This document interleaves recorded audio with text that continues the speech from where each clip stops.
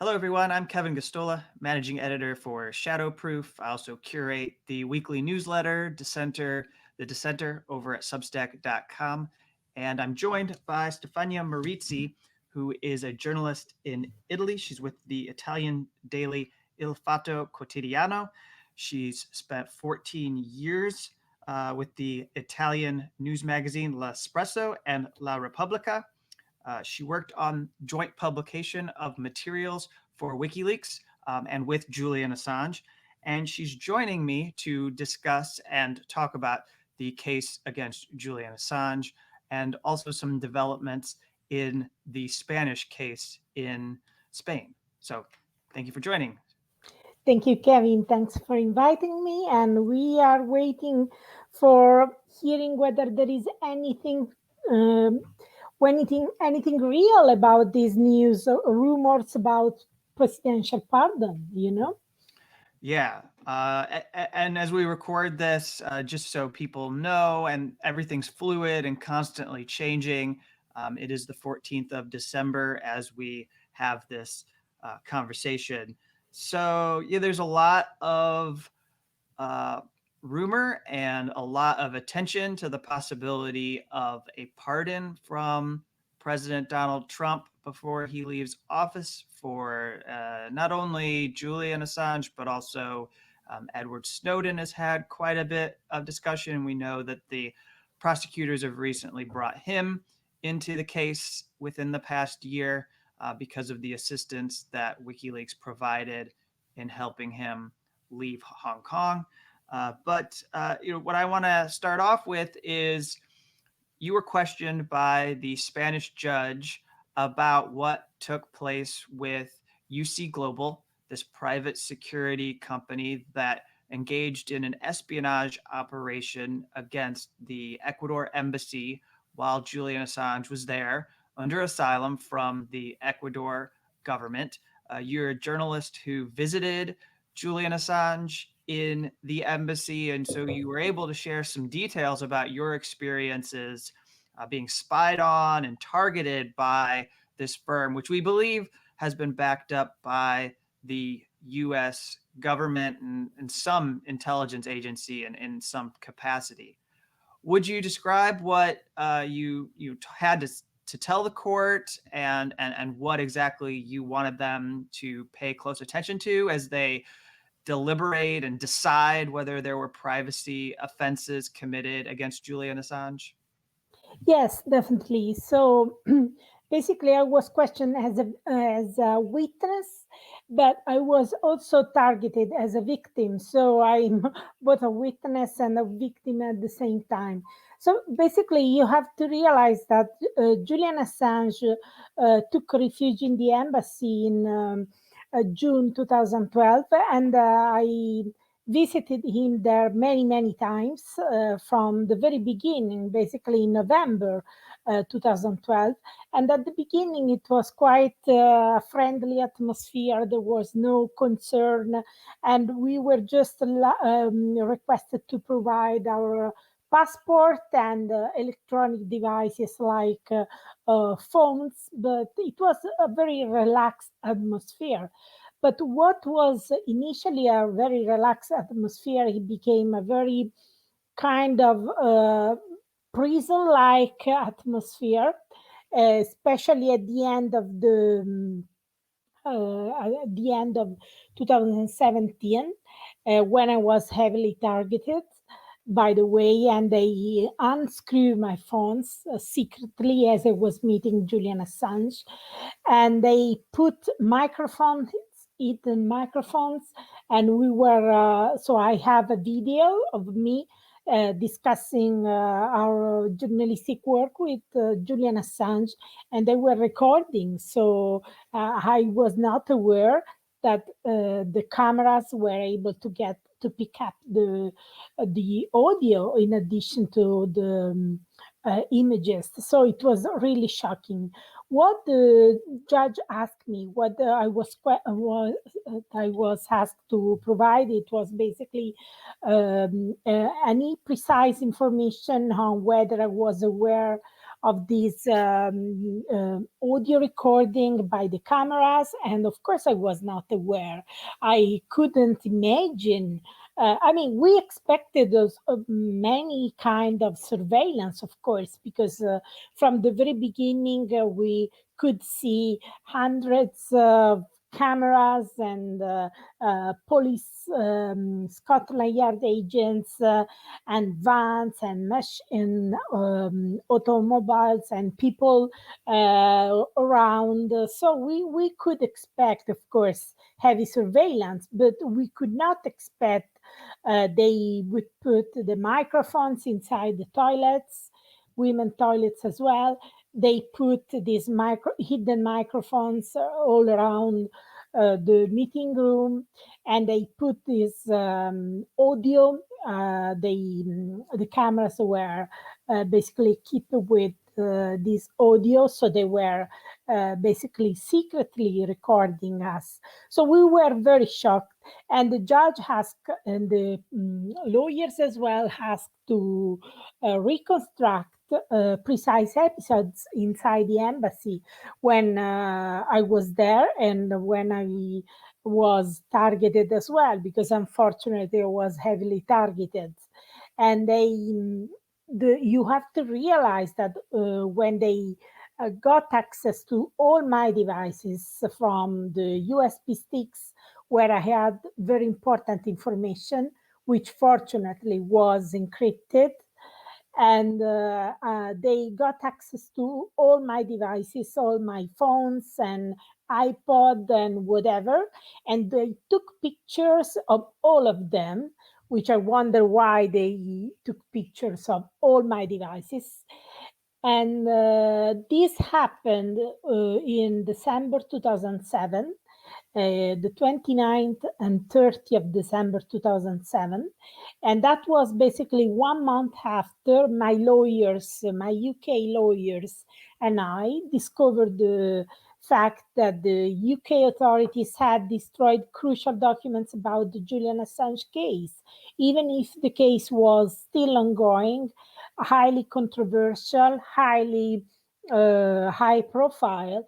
And to these days, my lawyers and I have been unable to discover why they destroyed the documents, what kind of documents they destroyed, what kind of information those documents contained, and when they destroyed this. So I was targeted in that precise moment, and I'm still trying to discover whether they were able to access my encrypted information, because it was December 2017. It was December. It was in the middle of the Christmas holiday, so I was unable to get my mobiles and electronic devices held by a friend, by a trusted person, and I got access to everything.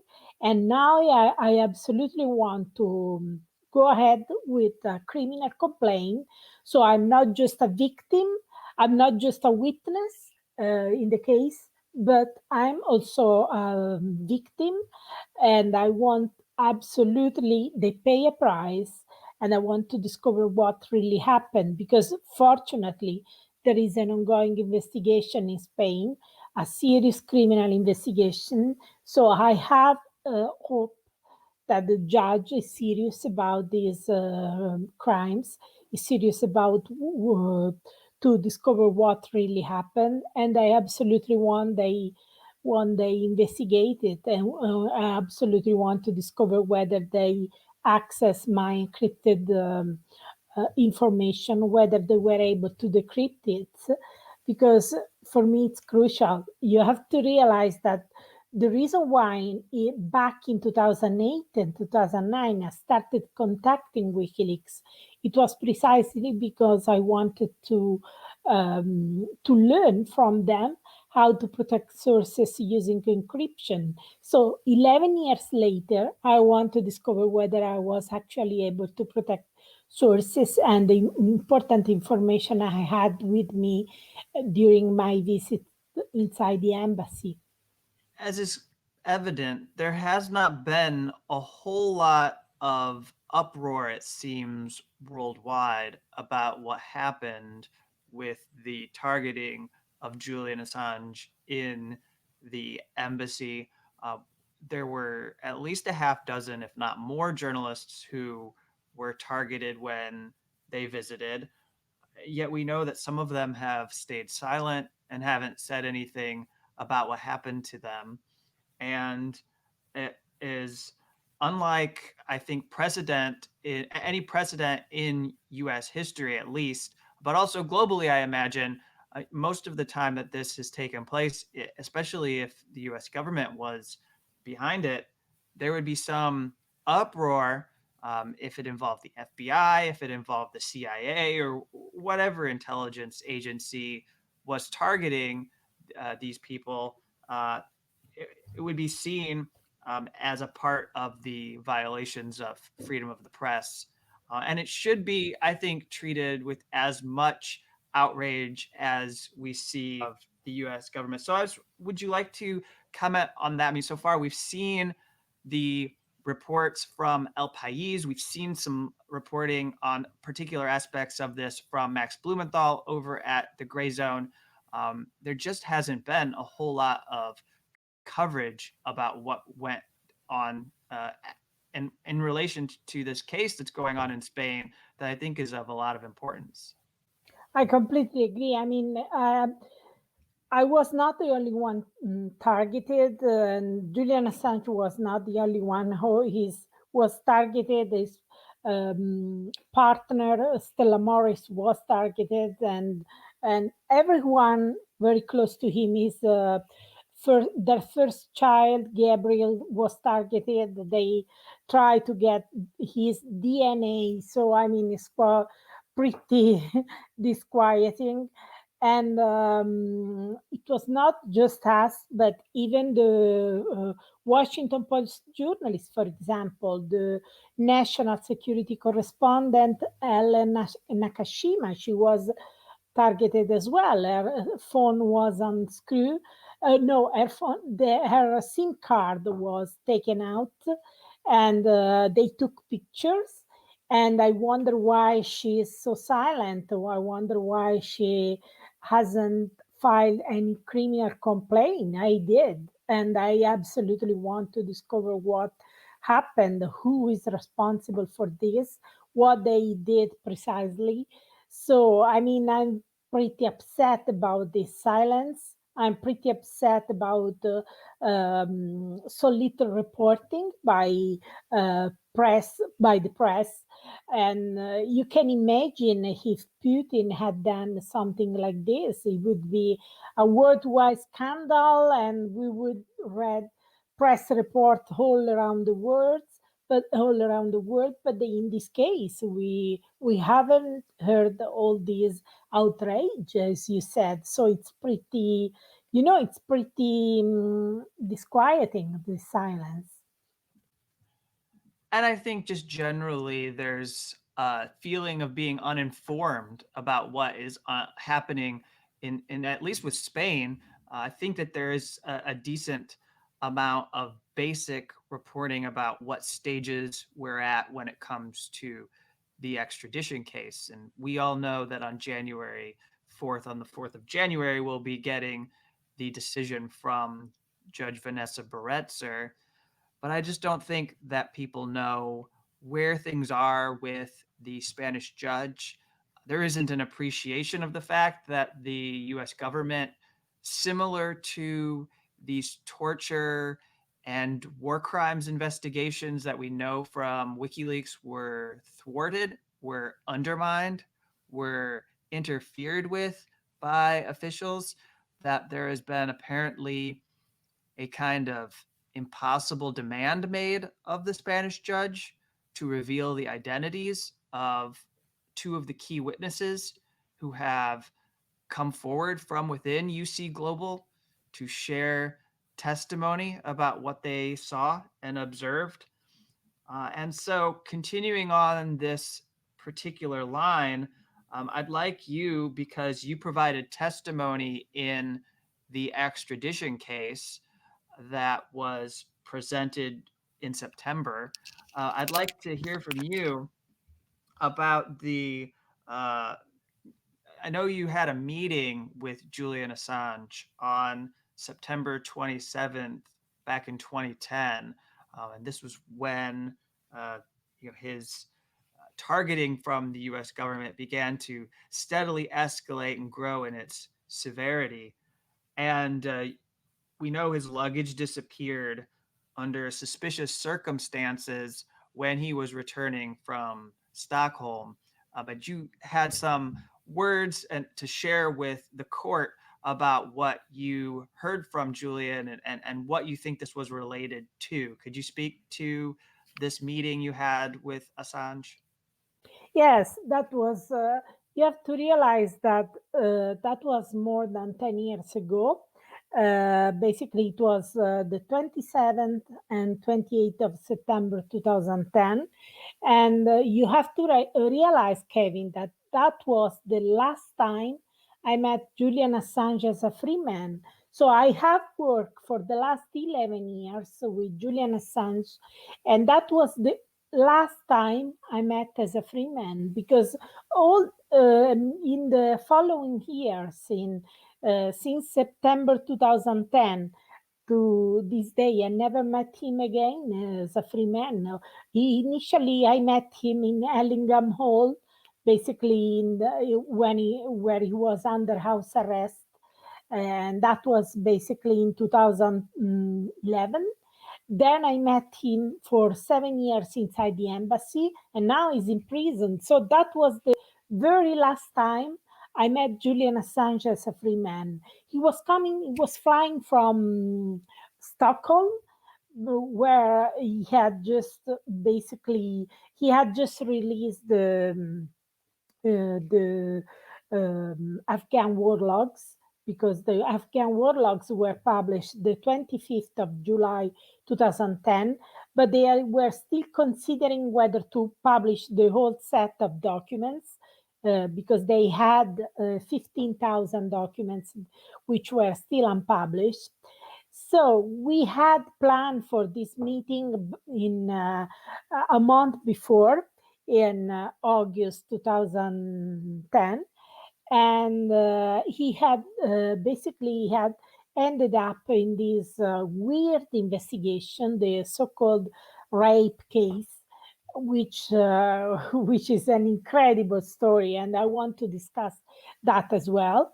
And he had just ended up in that investigation, and we planned for meeting in Berlin, because I wanted to work on the full set of Afghan war logs. And he flew from Stockholm to Berlin to meet me and other journalists as well. And as soon as he arrived very late in the night, the 27th of September 2010, I realized he had no luggage apart from a shoulder bag where he kept his personal laptop. And he had a small plastic bag with with a t-shirt, a toothbrush, and some small bottle of liquid soap, basically. So I asked him, and he said, "Well, this is all I was given at the airport." And they said, "Why?" Because he said, "My luggage went lost in a direct flight," and he was a bit concerned, because he told me it's highly unusual that you get your baggage lost in a direct flight. So I starting asking him, and they said, "Well, why they didn't steal your laptop, your shoulder bag with your laptop?" And he told me, "Well, this is always with me. I always keep this with me."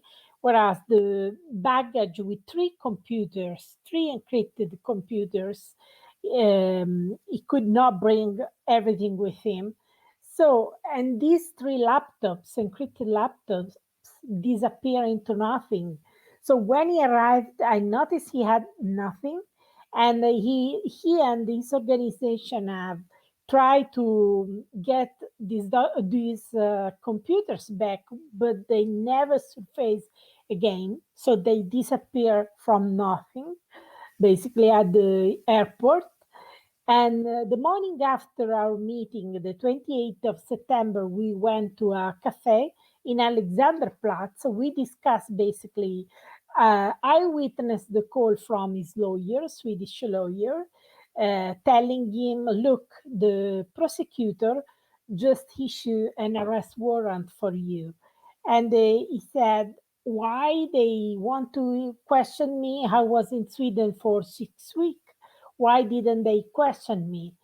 So that was the last time I met Julian Assange as a free man. And I would have spent the last 10 years working with him and his organization for my newspaper, working on the cables, working on the Guantanamo documents, working on the Stratford emails, working on the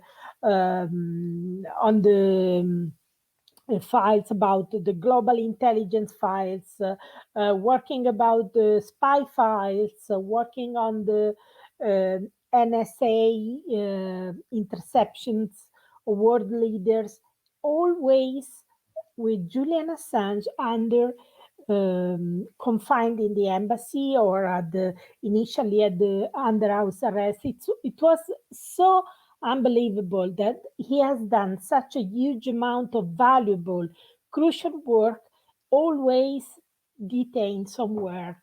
And it was also really sad to realize how his health was collapsing basically due to this confinement. So it was very, very sad for me. We journalists we journalists see tremendous suffering when traveling and going to bad places with earthquakes, all sorts of tragedy. But in this case, it was really sad for me to realize that we were working, we were publishing the very same documents, and he had the incredible courage to do it. And it was so driven, so motivated, and he had no hopes to be free again because the UK authorities refused to provide any safe passage. So it was so depressing and so sad to realize that I was free. I was able to publish the very same documents as and I could do it completely safely, without any threat, without being under house arrest or under arrest or confined in an embassy, whereas he was experiencing this hell. That's why I have been so driven in looking for the truth and fighting to get factual information about his case using Freedom of Information Act and litigating it for the last 5 years, basically, because I could not accept that we were doing the very same kind of work, journalistic work, but I could do it completely for free, completely free, without any threat, without any suffering, whereas he was forced to remain confined inside the embassy with no access to medical treatment, with no access to sunlight, with no access to fresh air. And years after years, I could see this suffering. So I could not tolerate, and that's why I still want to learn the truth about his case and to expose what's behind this case. And I know that one of the things that you had to testify about in the Assange case is exceptionally relevant because it points to the kind of political motivations that the Trump administration may have for targeting Julian, or at least bringing an indictment, which we had not seen from 2010 to 2013. We saw no indictment brought forward by President Obama's administration, and yet, now we saw in the last 3 years an increase in attention to Julian Assange that I believe is motivated, and the legal team believe is motivated by people like former CIA Director Mike Pompeo and the wider CIA that are upset with Julian Assange and the kind of scrutiny that was brought to the agency. The legal team has called particular attention to torture and war crimes that implicate the CIA. And we've seen that uh, there are people like Khalid al Masri who are victims who step forward to support and provide testimony in defense of Julian Assange at the extradition trial. Quite extraordinary, the sort of courage that Khalid is showing here, because one of the some of the documents corroborated or confirmed what he was trying to prove in a court of human rights. And then you have brought attention to the case of Abu Omar and the role of that case, the role of WikiLeaks in exposing that case and helping people to see the truth about what was going on in covering up the CIA's role. Can you speak about that and its significance? Yes, definitely. That's a crucial case for us. And it's a case where we are really proud for how Italy was able to nail the CIA. So basically, back in 2003, a man, an imam, Muslim cleric, was kidnapped in Milan in the middle of the day. It was noon, and at the center of the city, so in the heart of Milan. And he disappeared into nothing. And indeed, the Italian prosecutors had already targeted him because they had him under investigation for international terrorism. So they suddenly had this guy disappearing from any radar screen, and they could not understand what was going on. But basically, it came out that there was a witness who had seen everything, who had seen this man kidnapped. And our prosecutors, which are our prosecutors, are pretty amazing when they want to investigate on crucial things. They have very skilled people, and they are drastically independent.